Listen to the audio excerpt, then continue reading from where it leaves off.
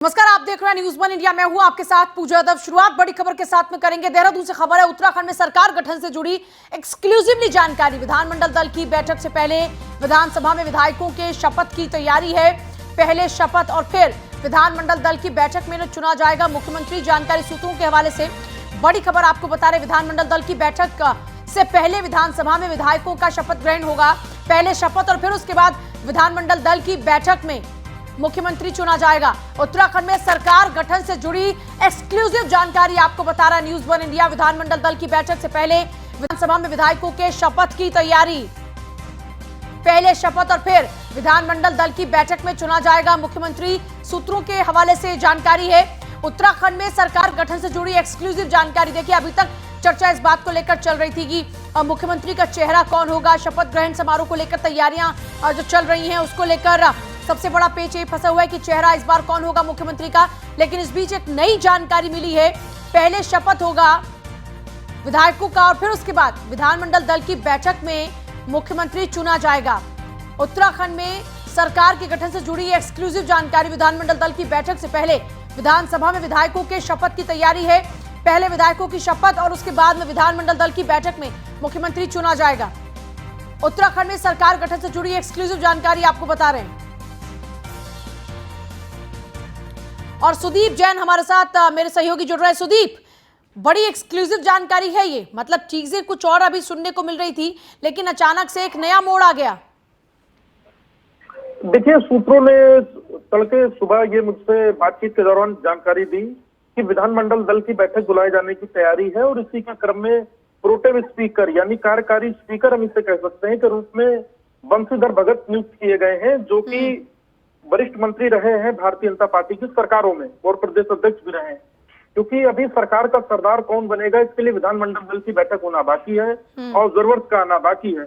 इसके बाद यमुना कॉलोनी में सरकार के जो प्रवक्ता और मंत्री रहे हैं, वरिष्ठ नेता हैं सुबोध उनियाल, दिल्ली से लौटे हैं, उनसे भी मैंने बातचीत की। उन्होंने इस ओर संकेत दिया है कि यदि विधायी समस्या के लिए यानी जो संवैधानिक समस्या न बनने पाए, इसके लिए अगर विधानसभा सत्र पहले बुलाने की आवश्यकता पड़ रही है तो यह आयोजन हो सकता है और इसके बाद मुख्यमंत्री का चयन हो सकता है। इसके ठीक बाद लीडर अपोजिशन प्रीतम सिंह से जो मेरी बातचीत हुई है उनसे 1 to 1, उसमें भी उन्होंने कहा है कि सरकार चाहे तो बुला सकती है, पर इस संवैधानिक संकट होगा क्योंकि यदि नेता सदन ही नहीं होगा तो सरकार के विधायी कार्यों को आगे कौन बढ़ाएगा। ये उनका एक बहुत वैलिड पॉइंट है। हालांकि सरकार प्रोटेम स्पीकर के माध्यम से काम आगे बढ़ा सकती है। मोटे मोटे शब्दों में समझे तो फिलहाल जो मुख्यमंत्री के चेहरे पर जो मोहर लगनी है, मुख्यमंत्री जो नया तय होना है, उस पर फिलहाल पिक्चर और धुंधली होती जा रही है, तस्वीर और धुंधली होती जा रही है। पहले हम मान रहे थे कि 19 तारीख को ऑब्जर्वर आएंगे जिसमें राजनाथ सिंह केंद्रीय गृह मंत्री और मीनाक्षी लेखी के नाम है। ये विधानमंडल दल की बैठक आयोजन कराने के बाद नए मुख्यमंत्री के नाम का ऐलान करा देंगे और विधायकों के समक्ष नाम ले लिया जाएगा। पर अब ऐसा लगता है कि सदन के बाद ही ये मुख्यमंत्री के जो नया मुख्यमंत्री होगा उस पर स्थिति साफ होगी। जी चलिए, ठीक है सुदीप, बहुत शुक्रिया आपका फिलहाल पूरी जानकारी के लिए। स्थिति अब कुछ देर बाद साफ होगी।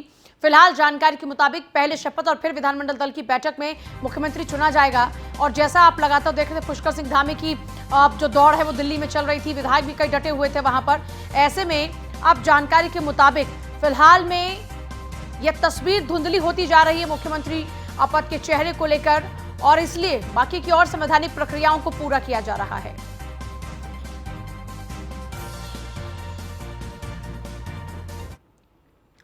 और दिल्ली गए उत्तराखंड बीजेपी के बड़े नेताओं का अब होली के त्योहार से ठीक पहले उत्तराखंड लौटना शुरू हो चुका है। नई सरकार के गठन से पहले मुख्यमंत्री और मंत्रिमंडल को लेकर तमाम चर्चाएं दिल्ली में हो चुकी हैं। हालांकि कोई भी नेता अभी पत्ते खोलने को तैयार नहीं। बीजेपी के नरेंद्रनगर से विधायक सुबोध उनियाल ने न्यूज़ वन इंडिया के विशेष संवाददाता सुदीप जैन से एक्सक्लूसिव बातचीत की। सुबोध उनियाल ने क्या कुछ कहा, सुनिए। गठन से पहले उत्तराखंड में सरकार गठन से पहले तमाम बैठकों का दौर चला और बड़े नेता उत्तराखंड भाजपा के जो दिल्ली गए थे वो लौटने लगे। हमारे साथ सुबोध उनियाल जी हैं, इनसे पूछते हैं प्रचंड बहुमत की सरकार में अब किस बात का इंतजार है। सर, आप लोग दिल्ली से आ गए, क्या क्या सर चर्चाएं हुई, क्या विशेष है? जैसे चर्चाओं का रिजल्ट परिणाम आएगा आपको मालूम हो जाएगा। चर्चाओं का परिणाम आने दीजिए, आपको भी इंतजार है, हमें भी इंतजार है, लेकिन जो भी हम हाईकमान का निर्णय होगा सबको मान्य होगा। सर, बताया जा रहा है इस बार विधानमंडल दल की बैठक बाद में और विधानसभा सत्र पहले में यानी शपथ पहले हो सकती है, इस बात में कितनी सच्चाई है? देखिए, वैधानिक जो अनिवार्यता है कि कब तक इस विधानसभा का गठन होना है, वो अनिवार्यता पार्टी के से ऊपर है। तो संवैधानिक अनिवार्यताओं को निभाना पड़ेगा। अगर संवैधानिक अनिवार्यता ये है कि फलानी तारीख तक का विधानसभा का गठन हो जाना चाहिए, तो निश्चित रूप से पहले शपथ ग्रहण होगा। बताया जा रहा है इस बार सुबोध उनियाल जी को एक बहुत महत्वपूर्ण जिम्मेदारी मिलने जा रही है। देखिए, जो भी जिम्मेदारी देनी है वो जिम्मेदारियां हाईकमान को तय करनी है, जो और हाईकमान का निर्णय सब सर्वमान्य होता है। सर, मेरा आखिरी सवाल, 19 तारीख को जो ऑब्जर्वर्स आ रहे हैं, क्या वो प्रोग्राम शेड्यूल्ड है या उसमें कुछ अभी भी विलंब है? नहीं, देखिए, ऑब्जर्वर्स को अभी कोई सूचना लिखित में नहीं आई है, लेकिन जो संभावना है कि 19 तारीख को ऑब्जर्वर्स से आएंगे। तो ये तो सुबोध उनियाल जी जिन्होंने साफ कहा है कि जो भी निर्णय आएगा वो सबको मान्य होगा और सब पार्टी के कार्यकर्ता हैं, पार्टी के आदेशों का पालन होगा। कैमरा सहयोगी राजन बड़ोला के साथ Sudeep Jain, news one India, Dehradun. और वहीं न्यूज वन इंडिया की खबर पर मुहर लगी। 20 मार्च के बाद में ही योगी आदित्यनाथ का शपथ ग्रहण समारोह होगा। 70,000 से ज्यादा दर्शक होंगे शपथ ग्रहण समारोह में शामिल। पीएम मोदी, गृह मंत्री सहित दर्जनों वीवीआईपी शामिल होंगे। विशेष सचिव ने 7 अफसरों को शपथ ग्रहण कार्यक्रम के लिए लगा दिया है। योगी सरकार के शपथ ग्रहण से जुड़ी हर खबर सबसे पहले आपको न्यूज वन इंडिया लगातार देता रहा है और आगे भी लगातार देता रहेगा। 70,000 से ज्यादा दर्शक शपथ ग्रहण समारोह में शामिल होंगे। पहले जानकारी ये थी कि 50,000 जहां पर बैठने की तादाद लोगों की हो, उस स्टेडियम को चुना जाएगा। तो ऐसे में आपको बता दें कि अब पीएम मोदी, गृह मंत्री अमित शाह, इसके अलावा राजनाथ सिंह, देखिए केंद्र की जो कैबिनेट है उसके कई मंत्री वहां पर पहुंचेंगे और योगी सरकार के शपथ ग्रहण से जुड़ी हर खबर सबसे पहले न्यूज वन इंडिया पर आपको दे रहे हैं। देखिए, अब कुछ और खास बातें आपको बता दें शपथ ग्रहण समारोह से जुड़ी हुई। पहली बात तो ये कि इस शपथ ग्रहण को और ज्यादा ऐतिहासिक बनाने की पूरी कोशिश की जा रही है। इसे ऐतिहासिक बनाने के लिए हर पुरजोर कोशिशें की जा रही है। पहले चर्चा भले ही ये चल रही हो कि होली के पहले हो सकता है कि शपथ ग्रहण हो, लेकिन न्यूज वन इंडिया आपको लगातार बताता रहा कि होली के बाद ही शपथ ग्रहण समारोह होगा। अब जबकि 3 दिवसीय दौरे पर निकल चुके हैं, 3 दिनों तक गोरखपुर में ही रहेंगे योगी आदित्यनाथ। ऐसे में शपथ ग्रहण को लेकर तैयारियां लगातार चल रही हैं।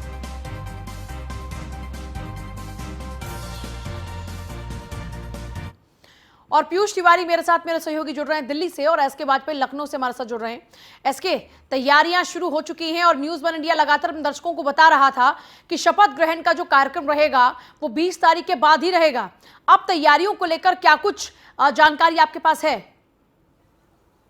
आप बिल्कुल, अगर हम देखें तो मुख्यमंत्री योगी आदित्यनाथ अपने दिल्ली के दूसरे दौरे के बाद भी लखनऊ लौट चुके हैं और अब वो गोरखपुर जा रहे हैं। अब से थोड़ी देर बाद वो गोरखपुर के लिए रवाना हो जाएंगे और आने वाले 3 दिनों तक वो गोरखपुर में ही रहेंगे। तो निश्चित है कि जिस तरीके से न्यूज वन इंडिया लगातार बता रहा था कि के बाद उत्तर प्रदेश सरकार का शपथ ग्रहण होगा और बहुत ज्यादा संभव है कि वो तारीख 21 या 22 मार्च हो सकती है, जिसको लेकर प्रशासन पूरी तरीके से चाक चौबंद तैयारियां कर रहा है। मसलन जो सुरक्षा के इंतजाम है उनको बेहतर किया जा रहा है, जो पहुंचने वाले रास्ते हैं वहां पर साफ सफाई की जा रही है और साथ ही साथ लाइटिंग की व्यवस्था को बेहतर किया जा रहा है। क्योंकि अब जो उत्तर प्रदेश सरकार है, उत्तर प्रदेश सरकार में नियुक्ति विशेष सचिव एक आदेश जारी किया है जिसमें सभी अफसरों को कहा गया है कि वो व्यवस्थाओं को चाक चौबंद करें। 70,000 लोगों के हिसाब से व्यवस्थाएं की जाएं, मतलब उनके पहुंचने की व्यवस्था, बैठने की व्यवस्था, गाड़ियों की व्यवस्था और साथ ही साथ में सुरक्षा की व्यवस्था को चाक चौबंद किया जाए।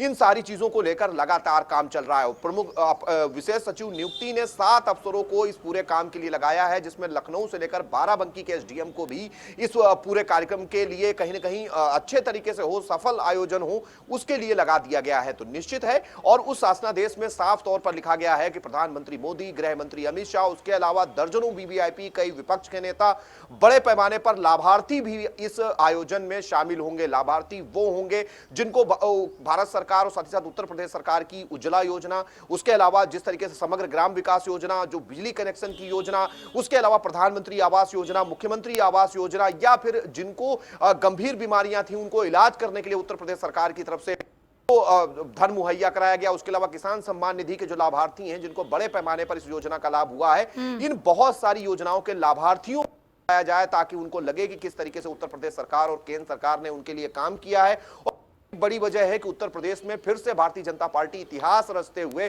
35 साल बाद एक ऐसी सत्ता बनी है जो लगातार अपने ही सत्र में वापसी कर रही है। तो निश्चित है कि कहीं ना कहीं इसको भव्य और दिव्य बनाने की तैयारी है। 2024 को लेकर एक संदेश भी देना है जिसमें केंद्रीय कैबिनेट समेत देश के बीजेपी शासित प्रदेशों के मुख्यमंत्री भी शामिल होंगे। तो इन बहुत सारी चीजों को लेकर लगातार राजधानी लखनऊ में तैयारियां चल रही हैं। न्यूज वन इंडिया लगातार ये चीज बता रहा है कि कान्हा स्टेडियम में ये आयोजन होगा और सरकार के इस शासनादेश से एक चीज साफ हो जाती है कि जहां 70,000 लोगों के बैठने की व्यवस्था करने की बात कही गई है, तो कहीं इतने लोगों के बैठने की व्यवस्था सिर्फ राजधानी लखनऊ के इकाना स्टेडियम में है, क्योंकि 50,000 दर्शक वहां कुर्सियों पर बैठ सकते हैं जो ऑलरेडी लगी हुई हैं। उसके अलावा 50,000 लोग उसके ग्राउंड में आ सकते हैं, ग्राउंड में भी कुर्सियां लगाई जाएंगी। उत्तर प्रदेश सरकार ने जब वहां पर मोबाइल्स का वितरण किया था, उस दौरान 1 लाख छात्रों को उसमें बैठने की व्यवस्था की गई थी। तो कहीं ना कहीं अब चीजें धीरे धीरे न्यूज वन इंडिया जो बता रहा है वो साफ होती हुई दिखाई दे रही है। चाहे वो 20 तारीख के बाद उत्तर प्रदेश सरकार के शपथ ग्रहण की खबर हो जो न्यूज वन इंडिया ने सबसे पहले दिखाई, या फिर इकाना स्टेडियम में आयोजन होने की जो सबसे पहले न्यूज वन इंडिया ने दिखाई। उसके अलावा अब जो चीजें हैं कि प्रधानमंत्री मोदी से लेकर केंद्रीय कैबिनेट, बीजेपी शासित प्रदेश और विपक्ष के बड़े नेता, खासतौर पर अगर हम उत्तर प्रदेश की बात करें तो अखिलेश यादव को निमंत्रण दिया जाएगा, बीएसपी सुप्रीमो मायावती को निमंत्रण दिया जाएगा, उसके अलावा जेडीयू अध्यक्ष नीतीश कुमार को निमंत्रण दिया जाएगा के मुख्यमंत्री भी है, उसके अलावा चाहे टीएमसी की ममता बनर्जी हो या शिवसेना प्रमुख उद्धव ठाकरे हो या उसके अलावा जो शरद पवार हैं, इन बड़े नेताओं को बुलाने की कोशिश होगी ताकि कहीं न कहीं। ठीक है, इसके आपके पास वापस लौटते हैं और एक बार पीयूष तिवारी का भी रुख करेंगे। पीयूष, प्रधानमंत्री मोदी भी योगी आदित्यनाथ के शपथ ग्रहण समारोह में पहुंचेंगे, जानकारी इसको लेकर भी पहले मिल रही थी, इसको लेकर अभी तक क्या कुछ अपडेट है? क्या पीएम मोदी भी पहुंच रहे हैं, उनका शेड्यूल भी मैच हो रहा है क्या? जी बिल्कुल, देखिए जब सीएम योगी आदित्यनाथ दिल्ली दौरे पे आए थे तो उन्होंने भारतीय जनता पार्टी के तमाम नेताओं और संगठन के जो पदाधिकारी हैं उनसे मुलाकात की थी। इसके अलावा अगर हम बात करें शपथ ग्रहण समारोह में आने का उन्होंने न्योता भी दिया था, जिसमें प्रधानमंत्री को भी उन्होंने न्योता दिया था, इसके साथ गृहमंत्री अमित शाह को न्योता दिया था, बीएल संतोष की बात करें या भारतीय जनता पार्टी के राष्ट्रीय अध्यक्ष, तमाम जिन लोगों से उन्होंने मुलाकात की, चाहे रक्षा मंत्री राजनाथ सिंह से मुलाकात की, धर्मेंद्र प्रधान, अनुराग ठाकुर, तमाम लोगों को उन्होंने न्योता भी दिया था शपथ ग्रहण समारोह में आने का। इसके अलावा अगर हम बात करें तो केंद्रीय मंत्रियों को भी वहां पे शपथ ग्रहण समारोह में दिल्ली से भेजा जाएगा और इस शपथ ग्रहण समारोह को भव्य बनाने की जो तैयारियां है वो भारतीय जनता पार्टी ने पूरी कर ली है। दिल्ली से भी कई कार्यकर्ता जाएंगे और वहां पे भव्य आपके पास दोनों के पास वापस लौट रहे हैं। इस बीच बड़ी खबर आ रही है, बड़ी खबर का सीधे रुख करेंगे। शपथ ग्रहण को लेकर एक और नया अपडेट आपको बता दें, 21 तारीख को 3 बजे के बाद शपथ ग्रहण हो सकता है। 70,000 लोगों की मौजूदगी में योगी आदित्यनाथ मुख्यमंत्री पद की शपथ लेंगे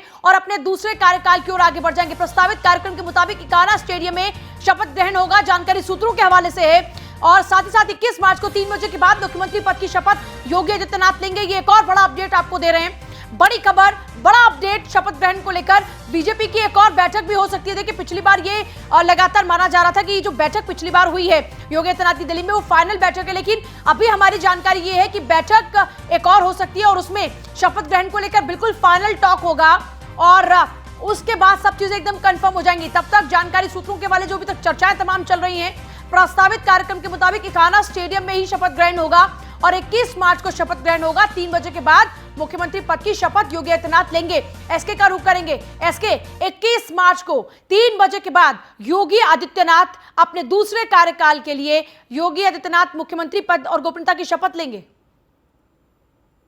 बिल्कुल, न्यूज वन इंडिया लगातार ये बात बता रहा है, हालांकि आधिकारिक तौर पर अभी ये डेट डिक्लेयर नहीं की गई है, लेकिन न्यूज वन इंडिया लगातार बता रहा है कि 21 तारीख वो तारीख हो सकती है जिस दिन उत्तर प्रदेश के मुख्यमंत्री आदित्यनाथ बीजेपी के दूसरे कार्यकाल के मुख्यमंत्री के तौर पर पद और गोपनीयता की शपथ। हालांकि इन सारी चीजों को लेकर लगातार चीजें चल रही हैं, शासन अपने स्तर पर तैयारियां कर रहा है और पूरी तरीके से चाक चौबंद व्यवस्था करने के निर्देश उत्तर प्रदेश शासन की तरफ से पहले ही अफसरों को जारी किए जा चुके हैं। और खास तौर पर जो बाहर से विशेष अतिथि आएंगे कहीं ना कहीं, क्योंकि बड़े पैमाने पर अच्छा, इसके एक और बात जो जानना चाह रही हूं मैं आपसे, क्योंकि जब इस लम्हे को इतने ऐतिहासिक बनाने की पूरी कोशिश की जा रही है, जो योजनाओं के लाभार्थी हैं जब उनको लाया जा रहा है तो रंगाई, जैसे हमने देखा जब दीपावली का पर्व मनाया गया तो वहां पर रामायण के चरित्रों को उकेरा गया, क्या यहां पर भी जो सरकार की अपनी उपलब्धियां रही हैं या फिर जो योजनाएं हैं उसको लेकर भी अच्छा खासा एक ये मान के चलें कि इसकी प्रदर्शनी फिर से भी होगी? मतलब जब लोग वहां पर आ रहे होंगे तो सरकार की अपनी जो उपलब्धियां रही है पिछले कार्यकाल में उनका एक बार दर्शन फिर से भी होगा, इसको लेकर भी कोई प्लानिंग है क्या? आप बिल्कुल निश्चित है, क्योंकि जगह जगह पर ऐसे पोस्टर्स लगाए जाएंगे जिनसे कहीं ना कहीं ये चीज बताने की कोशिश होगी कि उत्तर प्रदेश सरकार के प्रयास से कितने लोगों को सीधे तौर पर लाभ हुआ और केंद्र सरकार की योजनाओं से कितने लोगों को लाभ हुआ और कहीं ना कहीं उनके जीवन स्तर में सुधार हुआ। चाहे वो जो गरीब लोग हों उनको 5 लाख तक का सीधे तौर पर जो हेल्थ बीमा दिया गया कि अगर उनको कोई समस्या होती है तो उनका सीधे तौर पर इलाज हो, उज्ज्वला कनेक्शन जो बांटे गए, शौचालय जो बनवाए गए, प्रधानमंत्री आवास जो दिए गए, समग्र ग्राम विकास योजना के तहत बड़े पैमाने पर मुफ्त बिजली कनेक्शन बांटे गए, तो इन बहुत सारी चीजों के बारे में बताने की कोशिश निश्चित होगी इन पोस्टर्स के माध्यम से। खास तौर पर एयरपोर्ट से लेकर शहीद पथ होते हुए जो इकाना स्टेडियम को जाने वाला रास्ता है जो करीब 10 से 15 मिनट का है, उस पूरे रास्ते पर ये पोस्टर्स लगाए जाएंगे जिसमें इन सारी चीजों को लेकर बताने की कोशिश होगी कि आखिर दिल्ली में एक और बैठक होगी, शीर्ष नेतृत्व के साथ में एक और बैठक होगी जो कि फाइनल टॉक होगा शपथ ग्रहण को लेकर। इसको लेकर क्या कुछ जानकारी आपके पास? जी बिल्कुल, देखिए जब से भारतीय जनता पार्टी को प्रचंड बहुमत उत्तर प्रदेश मिला है, करीब करीब 3 दिनों तक सीएम योगी यहाँ दिल्ली दौरे पर थे। पिछली बार आए थे तो 2 दिन दिल्ली में रुके थे, इसके अलावा 1 दिन और बैठक की सीएम योगी आदित्यनाथ ने। तो तमाम जो तैयारियां है शपथ ग्रहण समारोह को लेकर, इस पर भी चर्चा और मंथन सीएम योगी आदित्यनाथ ने किया था।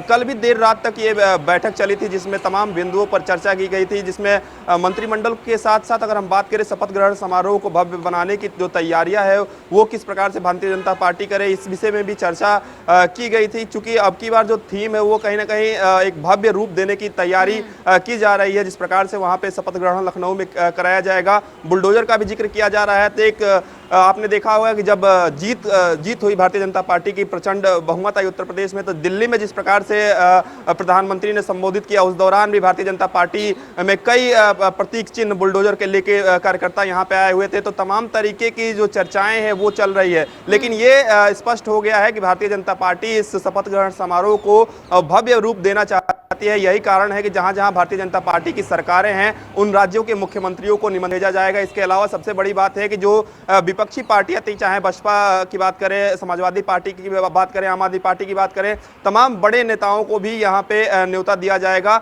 हालांकि देखना होगा कि कौन से लोग शपथ ग्रहण समारोह में आते हैं, नहीं आते हैं, लेकिन कार्यकर्ता दिल्ली से भी जाएंगे, बड़े नेता जो है वो दिल्ली से जाएंगे, राष्ट्रीय महासचिव दिल्ली से जाएंगे। इसके अलावा जितने भी लोग थे जो उत्तर प्रदेश चुनाव में प्रचार प्रसार किए हैं, दिल्ली से जितने बड़े नेता थे वो भी वहां पे जाएंगे। जो केंद्रीय सड़क एवं परिवहन मंत्री हैं नितिन गडकरी, कयास लगाए जा रहे हैं कि वो भी इस शपथ ग्रहण समारोह में जाएं। इसके अलावा अगर हम बैठक की बात करें तो देखिए लगातार दिल्ली में बैठकें हो रही है, हर बात को लेकर बैठक हो रही है, शिष्टाचार मुलाकात हो रही है। संभव है कि एक और बैठक भारतीय जनता पार्टी कर ले, क्योंकि अभी देखिए डिप्टी सीएम के नाम को लेकर कोई ऐलान नहीं हुआ है। मंत्रिमंडल में किन नए चेहरों को लाया जाएगा इसको लेकर ऐलान नहीं हुआ है। कयास लगाए जा रहे हैं, अलग अलग नामों पे कयास लगाए जा रहे हैं जातिगत। बिल्कुल, ये कयासों का दौर है। इसके आपका शुक्रिया। और पीयूष आपके पास वापस लौटेंगे बाकी और खबरों पर अपडेट के लिए। देखिए ये दौर ही कयासों का है, कौन कैबिनेट का चेहरा हो सकता है इसको लेकर तो फाइनल जब तस्वीर साफ होगी तभी एकदम सिचुएशन भी क्लियर हो पाएगी कि किसको फिर से मौका मिल रहा है और किसका पत्ता कट रहा है।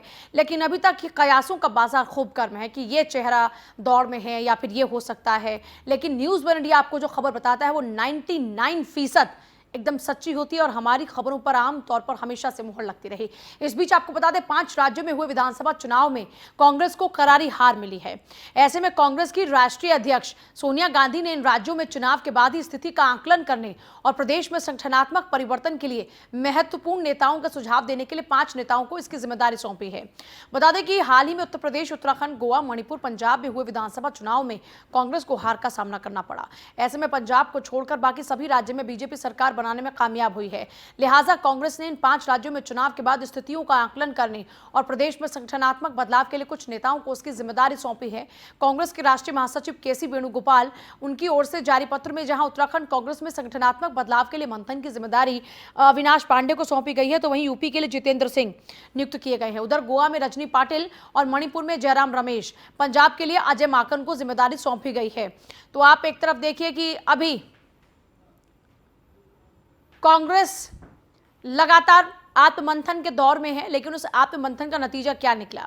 14 में हार हुई, 19 में हार हुई। विधानसभा चुनावों में कांग्रेस को कोई बढ़त मिली नहीं। पंजाब में बुरी तरीके से हार हुई। 5 राज्यों में विधानसभा चुनाव में कांग्रेस भले ही ताल ठोकती रही, लेकिन उसके बावजूद भी उत्तर प्रदेश से लेकर आप पंजाब तक देखें, कांग्रेस ये मान लीजिए कि ना के बराबर ही परफॉर्मेंस कर पाई। पीयूष तिवारी का एक बार रुख करेंगे।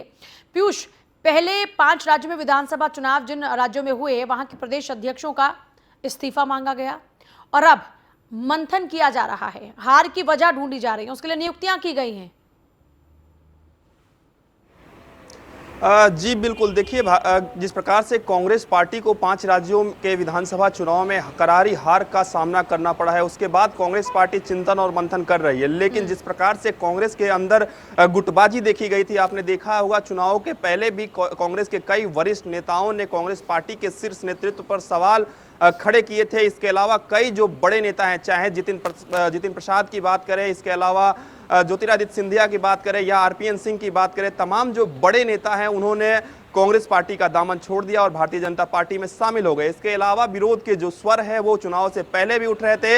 ऐसे में अब कांग्रेस पार्टी जब 5 राज्यों के विधानसभा चुनाव में कहीं ना कहीं उसे हार का सामना करना पड़ा है या बहुत कम सीटें उसे मिली है, इसके बाद देखिए 2-3 बैठकें अब तक हो चुकी है। CWC की बैठक हुई थी जिसमें तमाम जो बड़े नेता थे वो मौजूद थे। कांग्रेस की अध्यक्ष सोनिया गांधी ने एक बात जरूर कही थी, सूत्रों की माने तो उन्होंने कहा था कि अगर कांग्रेस के नेतृत्व को लगता है कि हम तीनों यानी राहुल गांधी, प्रियंका गांधी और सोनिया गांधी को अलग हो जाना चाहिए, ये इस्तीफा दे देना चाहिए, तो हम लोग उसके लिए भी तैयार हैं ताकि कांग्रेस पार्टी को आगे मुसीबतों का सामना ना करना पड़े, क्योंकि लोकसभा के चुनाव भी 2024 में होने हैं। कांग्रेस पार्टी एक बड़ी पुरानी पार्टी है, तो ऐसे में अब विश्वास जनता का कैसे जताया जाए, इसको लेकर CWC की मीटिंग जब हुई थी तो तब तमाम लोगों ने अपनी राय रखी थी। राजस्थान के मुख्यमंत्री अशोक गहलोत ने कहा था कि भारतीय जनता पार्टी चूंकि धर्म की राजनीति करती है तो उसके झांसे में आने की जरूरत नहीं है। इसके अलावा अगर हम बात करें तो रणदीप सुरजेवाला ने यह बयान जारी करके कहा कि कांग्रेस पार्टी को सोनिया गांधी पर भरोसा है और हम सोनिया गांधी के नेतृत्व पर विश्वास करते हैं। अब देखिए G23 की बैठक हुई, पहले भी यह बैठक हो चुकी है, 11 फरवरी को यह बैठक हुई थी। इस बैठक में तमाम नेताओं ने अपनी राय रखी थी। अभी हाल की बात करें तो कांग्रेस के वरिष्ठ नेता हैं कपिल सिब्बल, उन्होंने एक बड़ा बयान दिया। उन्होंने कहा कि शीर्ष नेतृत्व में बदलाव की जरूरत है और ये कांग्रेस घर की कांग्रेस नहीं रहनी चाहिए, ये सबकी कांग्रेस बननी चाहिए। कल जब गुलाम नबी आजाद के घर पे बैठक होती है तो कांग्रेस पार्टी के तमाम नेता वहां पे पहुंचते हैं।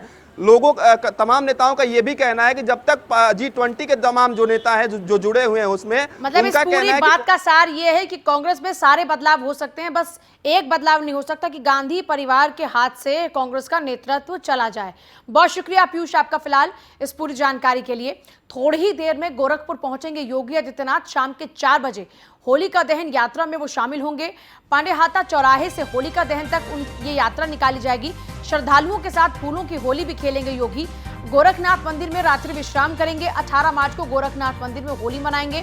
19 मार्च को भगवान नरसिंह की शोभा यात्रा में शामिल होंगे योगी आदित्यनाथ। देखिए 3 दिवसीय उनका दौरा रहेगा गोरखपुर का। गोरखपुर में ही 3 दिन वो बिताएंगे और आप सभी लोग जानते हैं कि आमतौर पर जब भी कोई खास मौका होता है, कोई भी पर्व होता है, तो योगी आदित्यनाथ गोरक्षनाथ मंदिर में जाते हैं। 18 मार्च को गोरक्षनाथ मंदिर में ही वो होली मनाएंगे इस बार भी, और फूलों से गोरक्षनाथ मंदिर को सजाया गया है। आप भव्यता देख सकते हैं गोरक्षनाथ मंदिर की, और यहाँ साज सज्जा भव्यता अपने आप में बेहद खास है, दिल को मोह लेने वाली है। ये तस्वीरें आप देख रहे हैं, होली को लेकर यहाँ पूरी तैयारियां की गई हैं बाकायदा। पूरी साज सजावट आप देख सकते हैं, फूलों से किस तरीके से पूरे मंदिर को सजाया गया है और खूबसूरती आप देख सकते हैं। हरेंद्र हमारे साथ, हमारे संवाददाता जुड़ रहे हैं। हरेंद्र, योगी आदित्यनाथ लगभग दोपहर बाद पहुंच रहे हैं गोरखपुर में, और उनके आगमन से पहले मंदिर की साज सज्जा देखते ही बनती है और वहां के लोगों का उत्साह भी। देखिए, खासतौर से होली और नवरात्रि में गोरक्षनाथ मंदिर में उत्साह का माहौल देखने को मिलता है। हाँ। खासतौर से गोरखपुर की होली बहुत मशहूर होली रहती है, क्योंकि यहाँ के जनता के साथ उत्तर प्रदेश के मुख्यमंत्री योगी आदित्यनाथ होली खेलते नजर आते हैं। आज उनका आगमन 12 बजे के बाद गोरखपुर में हो रहा है। आगमन होने के बाद पहले गुलरिया थाना क्षेत्र में स्थित सरैया बाजार में भगवान नरसिंह की जो शोभा यात्रा निकलेगी, होलिका शोभा यात्रा, उसमें दहन शोभा यात्रा में शामिल होंगे। उसके बाद वहां से निकलेंगे 4:30 बजे पांडेहाता बाजार में पहुंचेंगे, जहां भव्य तरीके से होलिका जो जुलूस है, होलिका जुलूस दहन जुलूस निकाला जाएगा, उसमें शिरकत करेंगे। कई भाजपा के नेता भी मौजूद रहेंगे। आपको ये भी बताना चाहेंगे कि उनकी सुरक्षा, इस दोनों कार्यक्रम को देखते हुए जिला प्रशासन सुरक्षा के पुख्ता इंतजाम किए हैं, कहीं कोई चूक न हो। लेकिन कार्यकर्ताओं में उत्साह देखने को मिला। खासतौर से गोरखनाथ मंदिर को फूलों से सजा दिया गया है, क्योंकि इस बार जीत के बाद आज पहली बार गोरखनाथ मंदिर में पहुंच रहे हैं उत्तर प्रदेश के मुख्यमंत्री योगी आदित्यनाथ। दूसरी बार जब जीत हासिल की है, अभी तक उनका आगमन गोरखपुर में नहीं हुआ है, आज पहली बार हो रहा है, जिसको लेकर के गोरखनाथ मंदिर को पूरी भव्यता के साथ फूलों से सजा दिया गया है। 3 दिन तक गोरखपुर में ही रहेंगे योगी आदित्यनाथ। उनके कार्यक्रम को लेकर क्या कुछ खास जानकारी है आपके पास? देखिए, 3 दिनों तक 3 दिवसीय उनका कार्यक्रम है। जैसे आज होलिका जुलूस में वो शामिल होंगे और रात्रि को गोरखनाथ मंदिर में ही संबत को जलाने का काम करेंगे। कल दिन भर मंदिर में रहेंगे। अब परसों 19 तारीख को गोरखनाथ मंदिर में ही होलिका कार्यक्रम होलिका मनाया जाएगा और भगवान नरसिंह की शोभा यात्रा जो गोरखपुर घंटाघर चौराहे से निकाली जाती है, जो पारंपरिक है, सदियों वर्षों से चली आ रही है, वह कार्यक्रम उसमें शिरकत करेंगे और गोरखपुर की जनता के साथ रंग फेंकेंगे और होली खेलेंगे। साथ ही साथ होली गीत का कार्यक्रम भी गोरखनाथ मंदिर में रखा गया 19 तारीख को, जिसमें होली के गीत खुद ही गाते नजर आएंगे उत्तर प्रदेश के मुख्यमंत्री योगी आदित्यनाथ। बहुत शुक्रिया आपका फिलहाल पूरी जानकारी के लिए। योगी आदित्यनाथ का कार्यक्रम 3 दिन तक रहेगा और गोरखपुर में होली मनाएंगे, फूलों की होली खेलेंगे, गोरखपुर की जनता के साथ होली खेलेंगे। ले रहे हैं आपसे इजाजत, नमस्कार।